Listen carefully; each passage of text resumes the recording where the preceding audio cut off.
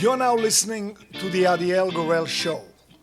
Each episode, I'll bring you the latest news from my discussions with top health and wellness experts so that you can bring yourself into better health. Today, on the Adiel Gorel Show. Back in 92, we had 112 nations that were considered at risk for thyroid disease due to lack of iodine. And many non-governmental organizations worked to eradicate that because it was a catastrophe. There was many kids born that never got proper brain development for a simple lack of a nutrient. So between 92 and 2014, that number was brought down to 0. So it's a really big win. Hi everyone, it's a joy to be here once again. And it's always so exciting to get the great information that our amazing guests, can share with us that I hope everyone can benefit from. And today I'm very excited because we have Dr. Alan Christianson with us. And Dr. Christianson is going to share information with us that, in my opinion, could be life-changing. And so I'm very thankful for that. And Dr. Christianson, thank you so much for being here with us. Hey, Adiel, thanks for having me. Happy to be here. So, what inspired you to write the Metabolism Reset Diet? I've treated people with thyroid disease for about 25 years, and I always ask about top concerns, top symptoms. And number one is always about weight loss. How can I lose weight? Why does it come right back again? And I've seen that this is not just that audience, that across the board, this is like the biggest health challenge. We can mention this later, but this was a bit of my own story in the past, kind of led me into medicine. But yeah, weight loss has been like one of the most compelling things and also one of the hardest things to work well for people. That makes so much sense. And of course, we all know, many of us have tried, to lose weight. We know that it's a process that is not so clear. So if we can get some more clarity, that'll be very nice. So who is the Metabolism Reset Diet for? Well, so the metabolism adjusts how well the body burns fuel. When it works good, you're kind of running all day with reasonable energy levels. You eat following your appetite, and your weight levels itself out. If some of those things aren't true, there may be an issue with your metabolism. Most people find that if they do just deprive themselves enough, they'll eventually lose weight, but they feel awful, and they have to fight really hard to make that happen. So that's where that's an issue. If the metabolism works good, that's not necessary. So it's not just about how to drop a few pounds, it's how do you regain a healthy metabolism. Actually, I remember something from my teens that's in the other direction. I was a very skinny boy, very, very skinny. No matter what I ate, I couldn't gain weight. And I remember the mother of my best friend saying, you should go and get checked for your metabolism. I remember that. So, when you talk about thyroid, many of the women I know, especially ones who had given birth, have come down with thyroid problems. Is this more something that we see in women, and especially, when they give birth? Yes to both counts. So thyroid disease is more common than ever before. It's about 6 to 10 times more common in women than men. And it could come on at any point, but some points in life are really common for it to start up. And you mentioned one of the big ones right after pregnancy. The menopausal transition, that's the other one.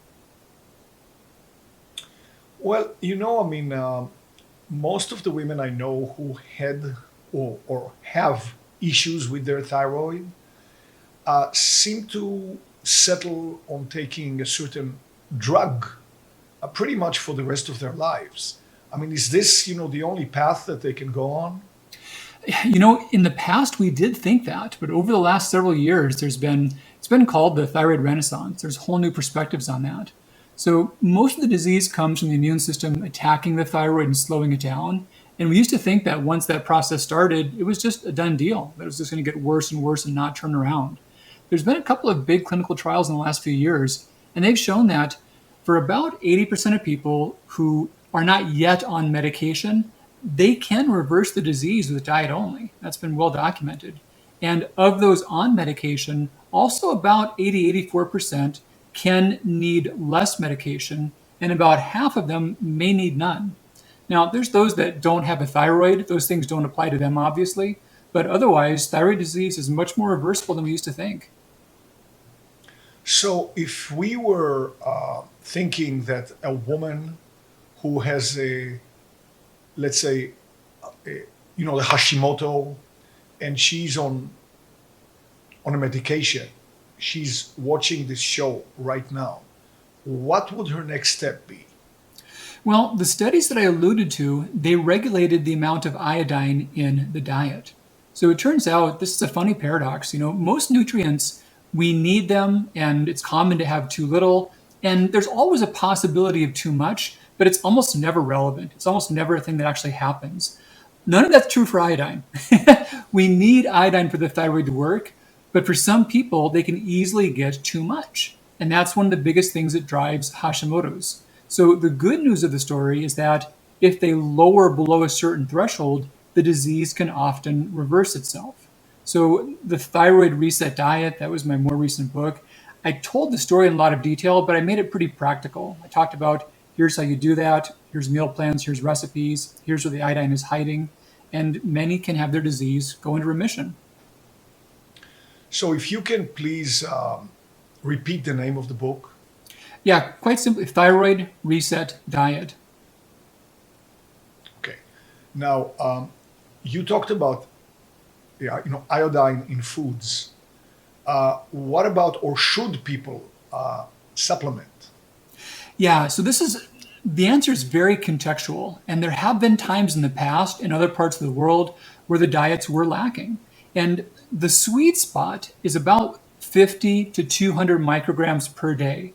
Now that's from all sources. So we get some from food, our salt may or may not have it, our skincare products may contribute some. And as you mentioned, vitamins are also part of that total load. So in the times where people wouldn't achieve that level with diet only or the factors, there were times where that was warranted. Today in the modern world, that's almost never the case. And further than that, those that do supplement almost universally go above that sweet spot.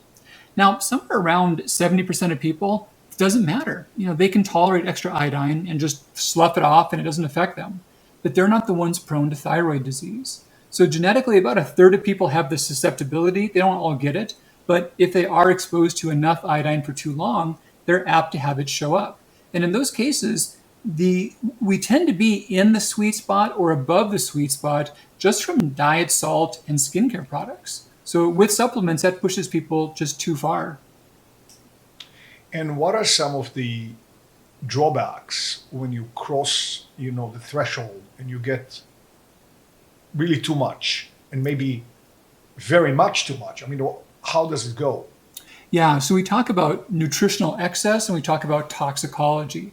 Now, toxicology is something that's almost never relevant. Iodine can be fatal. You ever seen the old medicine bottles that have a skull and crossbones on there? So in the last century, one of the most popular means of suicide was iodine overdose. If you take a high amount of that, it damages the kidneys and shuts them down. So that's really not a concern we're talking about, but that's toxicology. So nutritional excess, as far as what that does, before you get into that toxicology range, it's really all about thyroid function.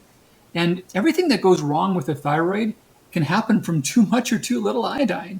And today, the concern for most of us is too much. So you talked about Hashimoto's. That's the main autoimmune disease. Too much iodine can cause that. That can lead to hypothyroidism. It can also be a trigger for hyperthyroidism, which is most commonly Graves' disease. It can be a common cause of thyroid nodules, of goiters, and we know that populations that consume too much iodine have a higher risk for thyroid cancer. So those are the problems from too much. What are the typical foods? I know that it's in your book and all of that, but just here, What are the typical foods where you get iodine? So this is interesting. There's main food sources that have been rather stable for quite some time, and there's been food sources that have increased since about the 1990s. So the stable food sources have been salt, egg yolks, and also seafood. So the amount of iodine in those foods and the amount of those foods consumed, that hasn't changed too radically. So they contribute like a baseline amount. But the big things that have changed have been dairy products and processed grains. The amount of iodine found in them, well, the top 25 sources of iodine in the diet come from those two categories. And of those top 25, 23 out of the 25 have doubled or tripled in the last couple of decades. So we've had this basal intake on top of which these amounts have just gone up. It's not about grains per se, it's really processed baked commercial products and then dairy products. So, what has been the cause for the doubling or tripling? Yeah, so iodine is used as a dough conditioner, as a preservative, as an antiseptic, and the amounts of it in both those areas, they've simply gone up. And it's kind of weird because there are some breads that will label, iodized dough conditioners. And they've done some studies in which they've bought a large number of breads at the point of the consumer purchase, and they've looked at the labels. And they've tried to guess which ones would have more than others. And there's really nothing labeled that makes it clear. Some that don't say they have iodized conditioners have a lot, and some that do don't have as much. But basically, any kind of commercial bread product, bread, croissants, rolls, muffins, and this doesn't apply to stuff you make at home. So if you're actually baking at home with just like flour, water, yeast, salt, that kind of stuff, this is not a factor, but it is from commercial sources. And then dairy, so the iodine comes in a couple of ways, one of which is as a teat sanitizer. So when cows are being milked, they've got little suction cups that go on their nipples, on their teats, and they irritate them. They're rubbing and they're tearing skin. And they can quite commonly get mastitis, which is a skin infection. So iodine's been used as a sanitizer, but some of that ends its way into the milk. Then also iodine's been fortified in some cattle feed. And then finally, many cows are given fish meal as a very low-cost protein adjuvant in their diets. And that's also a rich source of it. So for those three reasons, the amount in dairy products has gone up. It really sounds that nobody needs to really supplement unless it's an acute case or a special case. It sounds like, in fact, what we need to watch out for is not really getting too much in our diet. Back in 92, we had 112 nations that were considered at risk for thyroid disease due to lack of iodine. And many non-governmental organizations worked to eradicate that because it was a catastrophe. There was many kids born that never got proper brain development for a simple lack of a nutrient. So between 92 and 2014, that number was brought down to zero. So it's a really big win. But over that same time frame, the number of nations at risk due to excess went from 0 up to 52. So that was the flip side. It's a narrow range, and it's just easy to get too much nowadays. And it's also more relevant for developing children than adults. Adults can have smaller amounts and do fine, but they're more apt to be harmed from excess. Very interesting and very useful, for us to know. I read during, the COVID period, which is still now, that there were recommendations for nebulizing a small amount of hydrogen peroxide when you get a flu or COVID or something like this. And then there were some sources that said to add a little bit, of iodine to that mix. Based on our discussion now, I am not sure that would be a good thing to do. Well, so you bring up a great point. So hydrogen peroxide, if you've ever poured it on your skin, it foams and froths and your skin turns white. So it's an oxidant. It's a source of free radicals. And bleach is the same sort of thing. Bleach oxidizes. It generates free radicals. Well, iodine is just like them.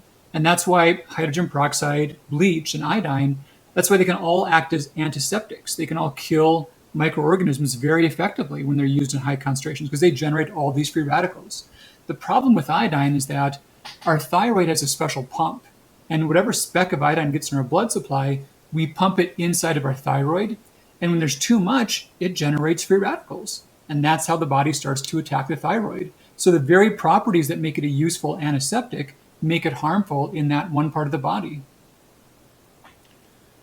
Well, that's very useful. I want to move on to something else. You talk about the concept of, overfat. Can you talk about it a little bit? Yeah, you talked about your struggles earlier with not gaining weight. So if that were, let's say that was at present. Let's say someone their body weight is good, their body composition is very good, that puts them at about 8% of the population or less. So in the past, we talked about health concerns of overweight, of obesity, too much body weight. But for quite a while, researchers were puzzled because they would find people that weren't too heavy but had a lot of these same problems. They could still become diabetic or get fatty liver or get heart disease. So it looked like they were having these risks of being obese, but they weren't. And then there was also some people that were clearly heavy, but they weren't getting these types of illnesses. So why was it that the body weight didn't link that well? And the more they got into this, the more they realized that it wasn't the weight, it was the adipose, it was the fat tissue. And you hear people talk about belly fat, the fat around the organs. There's one more layer that's even worse. That's the fat within the organs. So a mass of 2 grams, like the mass of like 2 paper clips, that much fat inside the organs is the difference between being diabetic and non-diabetic. So we now know the problem is fat buildup within these organs. And the condition is now being called overfat because those who are thin at a good body weight, but metabolically unhealthy and lapsing towards diabetes or getting fatty liver, they're overfat. They've got too little lean mass. And even though they're not heavy, they've got too much fat in the wrong places. And on the other side, those who are heavier but are healthy, they've got more fat in harmless places. It's more so below the skin, but it's not getting inside the organs. So the more precise term that's been emerging is overfat. I don't think it's a great term because fat has a lot of derogatory connotations, but it's more precise than just weight, labeling it weight.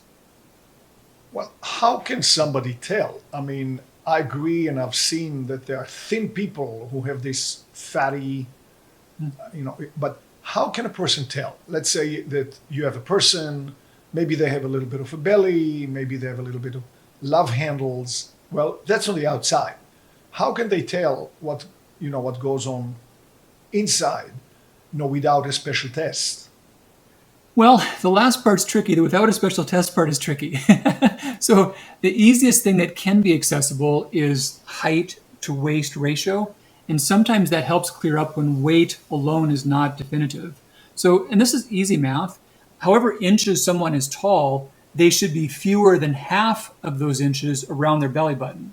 If a woman is 5 feet tall, that's 60 inches. It should be no more than 30 inches around her belly button. That's a 0.5 ratio.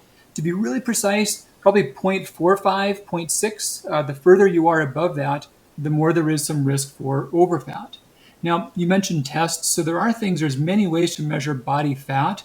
The best ones are not as convenient, more so bone densitometry tests. So those are accurate. Also, the electronic devices that show bioelectrical impedance, they're not perfect, but anyway you get a ballpark of body fat, if someone is either unusually high or they're creeping up, that can be a sign of that.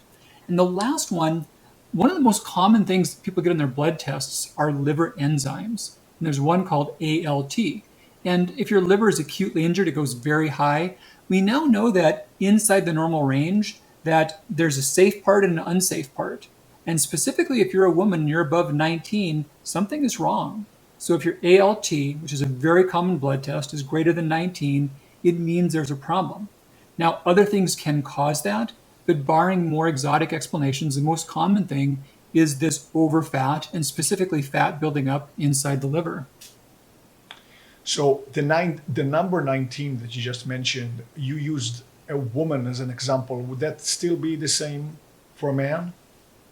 We get a little more leeway. We're good up to about 25 or so. And I want to point out that most labs say you're normal up to mid-30s, mid-40s. They used to say mid-60s. Most say now mid-30s or so. So these are not abnormal readings. This is not flagged as being outside of range. But in the world of liver specialists, they're pretty on board with that being a valid thing, that if you're on this side of the range, something's off. Let's just talk about the process. Let's say you have a regular person. Let's not even mind if it's male or female. They're overweight by maybe 15 pounds. I'm just making it up here. And they go on a certain program. Maybe they eat a little bit better. We'll talk about that soon, of course. They move around. They start to walk. They start to hike, whatever it is. Now they got rid of the 15 pounds. And then is the next step as they continue is the fat that's inside going to start to go down? Yeah. So that's the question: is where did the 15 pounds come from? It's, if you this is silly example, but if you tie 100 helium balloons to your belt, you'll lose weight. You'll be lighter on the scale, right? Right. You're not any healthier for it, but you're lighter on the scale. So there's a lot of ways you can drop a few pounds and not make a lick of difference to your health. Well, So it's very easy. we all need a quick and dirty way, so that was a very useful one. Yeah. If you gotta lose 15 pounds overnight, go down to the store, Right. get a few hundred helium balloons, tie them on your belt, you're good to go. There you go. No, but I mean, okay, so let me rephrase my question. I understand what you're saying, but let's say that a person sees themselves in the mirror. They say, okay, I have a belly and love handles or whatever, the thighs, and then they exercise, whatever they do, and say, oh, I don't see it anymore. So now I'm good. Well, are they? Because what about the fat inside? Did it also, diminish? You bring up a lot of good points. The mirror is one of those. As a generalization, if you're doing better in the mirror, you're probably doing better on the inside. So a lot of times if someone is losing mostly muscle mass, they won't look better in the mirror. They'll probably look even flabbier because there's less muscle to displace things. But as far as knowing what's going on in the inside, that's where we look back at some of those ways of knowing it was off before. We think about the height to waist ratio, the liver enzymes. And the big thing I think about though is the symptoms of a healthy metabolism. And that's the real thing I think people should hold out for, is that when they've got a good metabolism, their body sorts itself out. We never get exactly how much food we need on a given day. We're always getting more or less. It can never be perfect. But a good metabolism buffers that. Our liver has room to store that fuel harmlessly and pull it out when we need that later on. So if that doesn't work, we're always either tired and hungry or overfed and gaining weight. There's like no in between. But when our metabolism works well, those things take care of themselves. You mentioned muscle mass, and of course, we all know that it's important. I believe in this context, it would be probably useful for everybody to work on building muscle or building strength, wouldn't you say?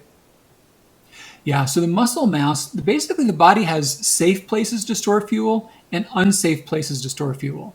The muscles are the main safe place to store fuel. When you've got a healthy amount of muscle mass and your muscles are active and used to being, played out and used well, they're first in line to store glucose and to store triglycerides. If you have too little or if they're too inactive, then all that stuff has to be stored in ways that can't be retrieved as well in various versions of fat.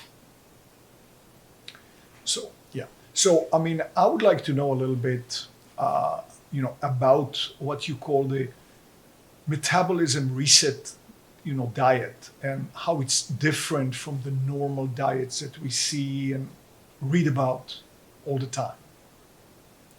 Yeah, I spent a lot of years working on this and going through just all the things we know about, what works for body weight in terms of practicalities, behavior, metabolism, hormonal effects. And it's really about lasting fat loss. It's not how do you drop a few pounds quick, but how do you really change your metabolism? So some of the ways it differentiates, a big one is that this is a brief process. I mean, I ask people to choose your date, you mark the date in the calendar, and you quit 28 days later. A healthy ongoing diet will not cause ongoing weight loss. Weight loss is hard on your body in the best of circumstances. And if you stay in that mode for too long, a lot of bad things happen. So one big point that differs about it is, hey, this is 28 days and you quit. You can do it again down the road, but you don't stay in this mode for long term. So, if we talk about it a little more, how is that different from some of the really prevalent modes that we see now, like restricting your calories or intermittent fasting? Well, a couple of big differences. Another one is that I do also limit exercise during those 28 days. So I encourage exercise, but I discourage the idea of thinking you can exercise your way to weight loss during that time. You can exercise your way to weight maintenance, and you can exercise your way to maintain weight loss, but exercise almost never causes weight loss. Now, intermittent fasting, ketogenic diets, a lot of things are out there. And if someone says, hey, I wore blue socks and I lose weight and I felt better, I'd say, cool, keep those blue socks on, But if someone says, I've tried everything, what's most likely to work?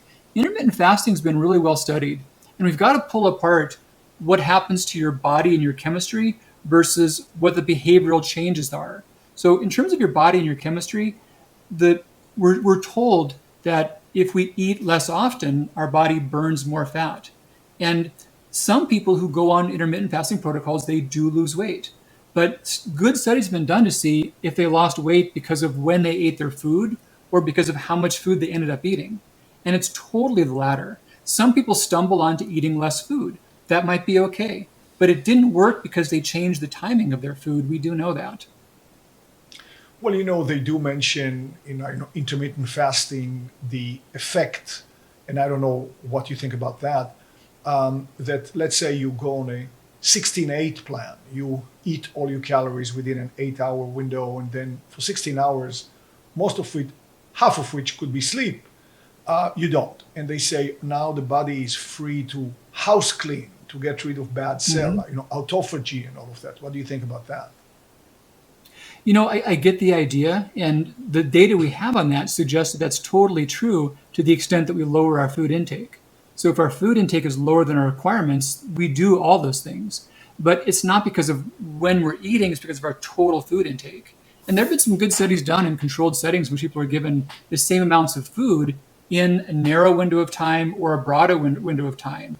And if the timing was the trick, that'd be cool. I'd push for that. But really, it seems the total food intake is the part that does it. So you think the timing is more like wearing blue socks? If it works, that's cool. If it worked for someone. But so far, it seems that it's more so because some people end up eating less than because they change the timing of their food. Well, I liked what you said about, the metabolic reset diet, that it's just a 28-day process and then you stop, because keto, or, the ketogenic diet is extremely popular. No doubt you can lose weight quickly, or at least for short term, but it's been now well known that you shouldn't be on keto full time. It should be there, and maybe then it should be stopped or modified. But still, I think a lot of people think that, keto for life is a good way to go, which now it doesn't seem, to be the case. What do you think about that? Our body has different fuels. We've got carbs, fats, ketones that we use for fuel, and we're made to run on all of those. And we generate ketones when we're exercising, throughout the daily cycle. We make some, and ketones do useful things.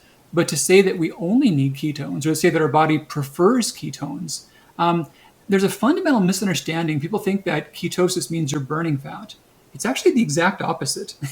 Ketosis is when you stopped burning fat. So fat, in terms of body fat, burns via a process called beta oxidation. And beta oxidation depends upon glycogen. So we need carbs to burn fat. There's a classic old saying of fat burns in the flame of carbohydrate. That's like biochemistry 101. When there's no carbohydrate, fat does not burn. Fat converts to ketones. And ketones are not burned fat, they're circulating fat in a different store. So the drawback, though, is that when the liver is involved, the liver cannot burn ketones for fuel. So those that are prone to fatty liver or prone to this metabolic stress, ketones are not what the body needs more of. The core issue with this fatty liver problem that I've talked about is that there's too much waxy fat in the form of triglycerides and too little glycogen. So it's kind of like you got all logs and no matches. You need you need things that burn easy to start burning the stuff that burns slowly. So carbs burn fast, fat burns slow. If you've got some of both, you can burn the fat. If there's no carbs, you can't burn the fat. You've got no matches. And there are those who have lost weight on ketogenic diets, but a large controlled study put two groups of people on the exact same amount of food. One was ketogenic, pretty healthy food. The other was very low quality food, mostly processed carbohydrate and about a quarter sugar. When it was the same amount of calories, there was more fat loss on the processed diet than there was on the ketogenic diet. So some people on ketogenic diets stumble onto eating less. And in those cases, they will lose weight. But if they're not eating less, they will not lose weight. And there's a big deficit of beneficial fibers, beneficial phytonutrients, and the body is not burning fat in that state.